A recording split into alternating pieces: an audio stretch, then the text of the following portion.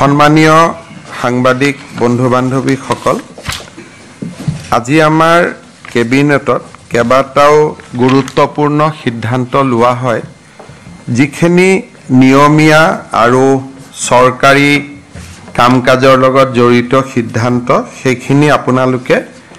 আমাৰ চৰকাৰৰ প্ৰেছ বিজ্ঞপ্তি বা আমাৰ টুইটাৰ ফেচবুক একাউণ্টত পাব। সেইখিনিৰ বিষয়ে মই ক'ব খোজা নাই। যিকেইটা ৰাজহুৱা স্বাৰ্থৰ লগত জড়িত সেইকেইটা বিষয় আপোনালোকৰ সন্মুখলৈ আনিব খুজিছোঁ। আপোনালোকে জানে যে বিশেষকৈ কংগ্ৰেছ চৰকাৰৰ সময়ত অসমৰ হাইস্কুলসমূহত কণ্ট্ৰেকচুৱেল টিচাৰ নিযুক্তি কৰা হৈছিলে আৰু সেই কণ্ট্ৰেকচুৱেল টিচাৰসকলক প্ৰথম অৱস্থাত 12,000 টকা দৰমহা দি আৰম্ভ কৰা হৈছিলে। 2021 চনত আমাৰ চৰকাৰে এটা সিদ্ধান্ত লৈ তেখেতসকলক আমি 60 বছৰলৈকে তেওঁলোকৰ চাকৰিৰ যিটো সময়সীমা অৱসৰ 60 বছৰলৈকে বঢ়ুৱাইছিলোঁ আৰু নিয়াৰ ৰেগুলাৰাইজেশ্যন, আমি ৰেগুলাৰাইজেশ্যন নকৰি নিয়াৰ ৰেগুলাৰাইজেশ্যন বুলি এটা শব্দ ব্যৱহাৰ কৰিছিলোঁ আৰু তেওঁলোকক অলমষ্ট ৰেগুলাৰ শিক্ষকৰ সমান আমি দৰমহা দিয়া আমি আৰম্ভ কৰিছিলোঁ। আজি কেবিনেটে তেনেকুৱা ধৰণৰ 4,669 জন শিক্ষকে যাতে নিয়মীয়া শিক্ষকৰ মৰ্যাদা পাব পাৰে, তেনেকৈ আমি সৰ্বশিক্ষা অভিযানত যি ধৰণে আমি ৰেগুলাৰাইজ কৰিছিলোঁ তেনেকুৱা পাথৱে এটা আজি আমি মুকলি কৰি দিছোঁ। অৰ্থাৎ শিক্ষা বিভাগে অহা 10 দিনৰ ভিতৰত বিজ্ঞাপন উলিয়াব। এই 4,669 জন শিক্ষকে কণ্ট্ৰেকচুৱেল টিচাৰ বুলি আমি যাক কওঁ, যোনে হাইস্কুলত কাম কৰি আছে, তেওঁলোকে আবেদন কৰিব পাৰিব আৰু কাগজ পত্ৰ পৰীক্ষা কৰাৰ পিছত তেওঁলোকক আমি নিয়মীয়া শিক্ষকৰ মৰ্যাদা দিম। কিন্তু কোনোবাই যদি ভাবে যে নহয়,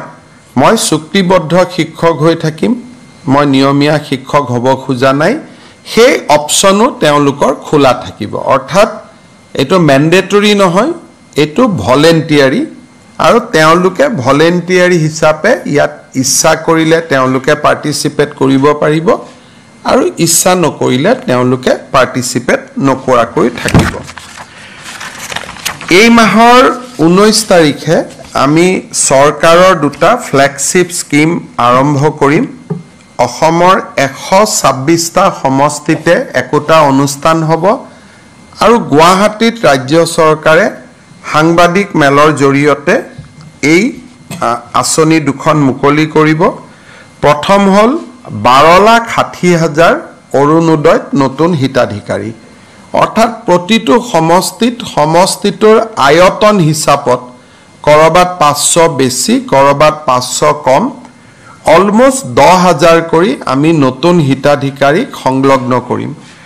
আৰু পুৰণি হিতাধিকাৰীসকলৰো তেওঁলোকে যি পাই আছে সুবিধা, তাত এটা নতুনকৈ ৰিভিউ বা সমীক্ষা হ'ব।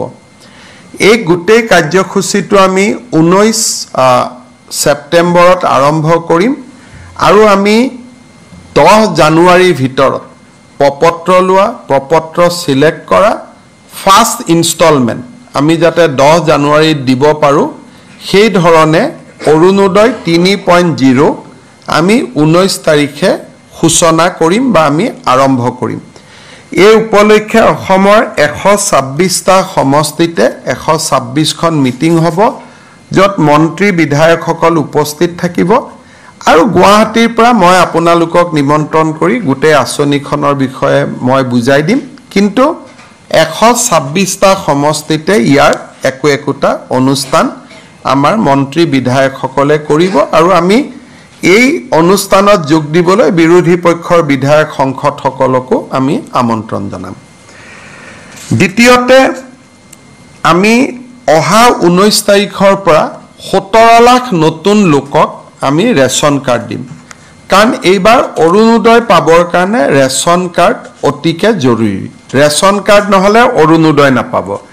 গতিকে বহুত ব্যক্তিয়ে হয়তো ভাবিব মই দুখীয়া মই অৰুণোদয় পাব লাগে ৰেচন কাৰ্ডখন নোপোৱাৰ কাৰণে তেওঁ অৰুণোদয় নাপাব সেই কাৰণে আমি 17 লাখ পৰিয়ালক 17 লাখ ব্যক্তিক আমি নতুনকৈ ৰেচন কাৰ্ড দিবৰ কাৰণে সিদ্ধান্ত লৈছো এই আঁচনিখনো আমি 19 তাৰিখে আৰম্ভ কৰিম অৰ্থাৎ যি মিটিং হ'ব অৰুণোদয় আৰু ৰেচন কাৰ্ডৰ কাৰণে জুটিয়া মিটিং হ'ব আপোনালোকে 3 নম্বৰ এটা বিশেষ বিষয়ৰ ওপৰত অৱগত যে আমি কিছুদিনৰ পৰা CM-AAA মুখ্যমন্ত্ৰীৰ অসম আত্মনিৰ্ভৰশীল আঁচনি এই আঁচনিখনৰ আমি ইণ্টাৰভিউ লৈ আছিলো আজি কেবিনেটে এই আঁচনিখনৰ 25,238 গৰাকী হিতাধিকাৰীক অনুমোদন দিয়ে এই 25,278 হিতাধিকাৰীয়ে চৰকাৰৰ পৰা 2 লাখ টকাকৈ পাব 1 লাখ ঘূৰাই দিব নালাগে 1 লাখ 5 বছৰত পিছত এটা ইকুৱেল ইনষ্টলমেন্টত তেওঁলোকে ঘূৰাই দিব লাগিব 5 বছৰ 2 লাখ টকা ঘূৰাই দিব নালাগে 5 বছৰ পিছত 1 লাখ ঘূৰাই দিব নালাগে আৰু বাকি 1 লাখ যি ঘূৰাই দিব থাকিব হেয়াও সৰু সৰু ইনষ্টলমেন্টত পিছৰ 5 বছৰ অৰ্থাৎ 10 ইয়াৰ্ছৰ ভিতৰত 5 ইয়াৰ্ছ হলিডে 5 ইয়াৰ্ছৰ পিছত তেওঁলোকে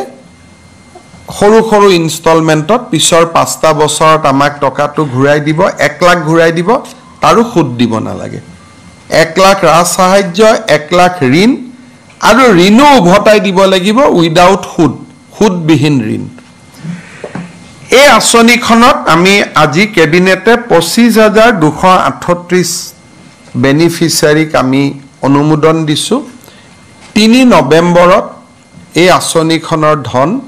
আমি গুৱাহাটীত কেন্দ্ৰীয় অনুষ্ঠান এটাৰ জৰিয়তে আনুষ্ঠানিকভাৱে বিতৰণ কৰিম 3 নৱেম্বৰলৈকে অহা সপ্তাহৰ পিছৰ পৰা এই হিতাধিকাৰীসকলক প্ৰত্যেকটো জিলা হেডকোৱাৰ্টাৰত 3 দিনকৈ এটা প্ৰাৰম্ভিক প্ৰশিক্ষণো দিয়া হ'ব অৰ্থাৎ অক্টোবৰ মাহত প্ৰশিক্ষণ চলিব আৰু 3 নৱেম্বৰত এই হিতাধিকাৰীসকলে চৰকাৰৰ পৰা এই পুঁজি লাভ কৰিব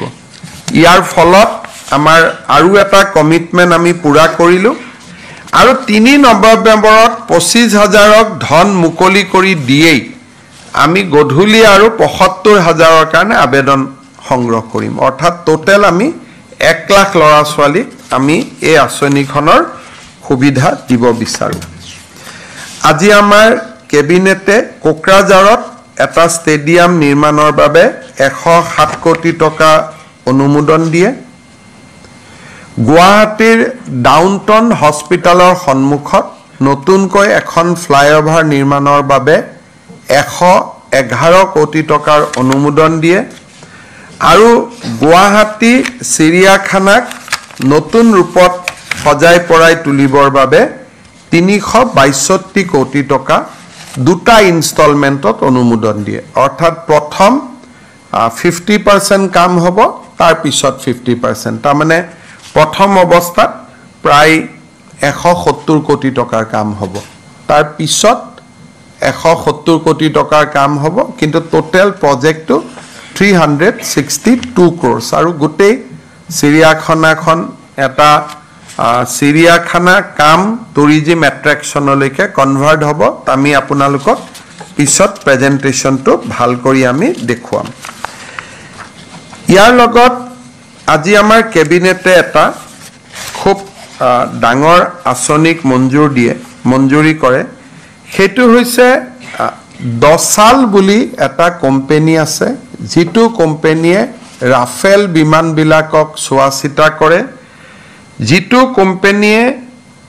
3D প্ৰিন্টিংৰ পৰা আৰম্ভ কৰি সমূহ নিউ জেনাৰেশ্যন টেকনলজিৰ ওপৰত কাম কৰে তেওঁলোকে অসমত এটা aerospace and defence automotive electronic vehicle ইণ্ডাষ্ট্ৰিজৰ এটা ট্ৰেইনিং হাব ইয়াত বনাব খোজে যাৰ জৰিয়তে অসমৰ যুৱ শক্তিক aviation industry defence industry aerospace industry automotive আৰু ইলেক্ট্ৰিকেল ভেহিকল ইঞ্জিনিয়াৰিঙলৈকে আমি আকৰ্ষণ কৰিব পাৰিম এই গোটেই প্ৰজেক্টটোৰ বাবে দসালে আমাৰ অসমত 200 কোটি টকা বিনিয়োগ কৰিব আৰু ৰাজ্য চৰকাৰে 40 কোটি টকা বিনিয়োগ কৰিব আগতে এনেকুৱা এটা প্ৰকল্প আমি টাটাৰ লগত কৰি আছিলো অসমৰ পলিটেকনিক বিলাকত এই আঁচনিটো চলি আছিলে এতিয়া আমি সেকেন্ড হিচাপে সেন্টাৰ অফ এক্সেলেন্স এটা আমি গুৱাহাটী ইঞ্জিনিয়াৰিং কলেজত নিৰ্মাণ কৰিম গুৱাহাটী ইঞ্জিনিয়াৰিং কলেজত হাব হ'ব আৰু অসমৰ 50খন কলেজক এই হাবৰ পৰা স্পোক মডেলত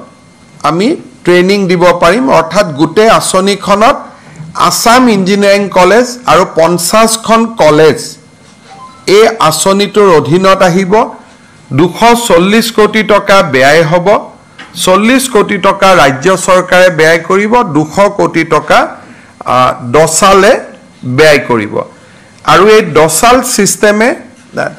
আপোনালোকে গুগল কৰিলে গম পাব ওয়াৰ্ল্ডৰ এটা leading technology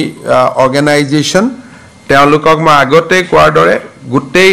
automotive AI defence aerospace ইয়াৰ গোটেই ডিজিটেল টেকনলজিৰ ওপৰত তেওঁলোকে বহুত ডাঙৰ কাম কৰে ৰবটিক্স এআই তাৰ ওপৰত বহুত ডাঙৰ কাম কৰে তেওঁলোকে 200 কোটি টকা এটা নিজে বিনিয়োগ কৰিব অসমত এনেকুৱা ধৰণৰ এটা সেটআপ কৰাৰ কাৰণে আজি আমাৰ ৰাজ্য চৰকাৰৰ কেবিনেটে যোৱা কিছুদিনত আমাৰ ষ্টক ট্ৰেডিঙৰ নামত যেটো ফ্ৰডুলেন্ট ট্ৰানজেকচন হৈছে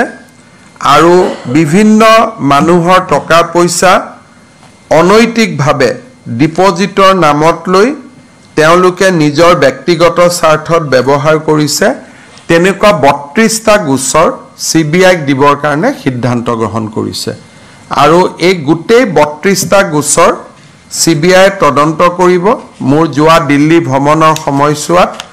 ভাৰতৰ গৃহমন্ত্ৰী ডাঙৰীয়াৰ লগত মই আলোচনা কৰিছিলো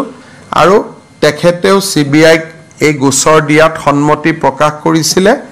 আৰু এই গোচৰটো ট্ৰান্সফাৰৰ প্ৰক্ৰিয়া এমাহ সময় লাগিব কাৰণ তেওঁলোকে ডিওপিটিৰ পৰা নটিফিকেশন কৰিব লাগিব ইয়াৰ কিছু প্ৰসেস আছে কিন্তু আমি আজিৰ কেবিনেটত এটো সিদ্ধান্ত লৈছো যে এই গোটেই কেটা কেছ আমি সিবিআইক দিম আৰু সিবিআই নলুৱালৈকে অসম পুলিচে চাই থাকিব কিন্তু ডিটেইল ইনভেষ্টিগেশনটো সিবিআই কৰিব আৰু আমি আশা কৰিম যে যিমান সোনকালে পাৰি সিবিআই লব পাৰে আমাৰ মুখ্য সচিবেও ডাইৰেক্টৰ সিবিআই লগত কথা পাতিছে তেওঁ সন্মতি জনাইছে যে আমি কেছ কেটা লম গতিকে 32টা গোচৰ এতিয়ালৈকে আমি পঞ্জীভূত কৰিছো 32টা গোচৰ আমি সিবিআইক দিম কেবিনেটে এটো সিদ্ধান্ত লৈছে যে আৰু যদি ভৱিষ্যতে এনেকুৱা কিছু গোচৰ আহে যি ট্ৰেডিং এপ বা ট্ৰেডিং ব্যৱসায়ী এতিয়াও আমাৰ চকুত পৰা নাই কিন্তু গাঁৱে ভুঁয়ে সৰু খুৰাকৈ কৰি আছে তেনেকুৱা গোচৰ যদি আমাৰ নটিছলৈ আহে আমি তেওঁলোককো এই 32টা গোচৰৰ লগত সংযোজিত কৰি দিম যাতে এটা নিৰপেক্ষ তদন্ত হ'ব পাৰে গতিকে আজিৰ আমাৰ কেবিনেটত লোৱা সিদ্ধান্তৰ ভিতৰত এইকেটা ইম্পৰ্টেন্ট ডিসিশন আছিলে আৰু কেবাটাও সৰু সৰু সিদ্ধান্ত আছে এইখিনি আপোনালোকে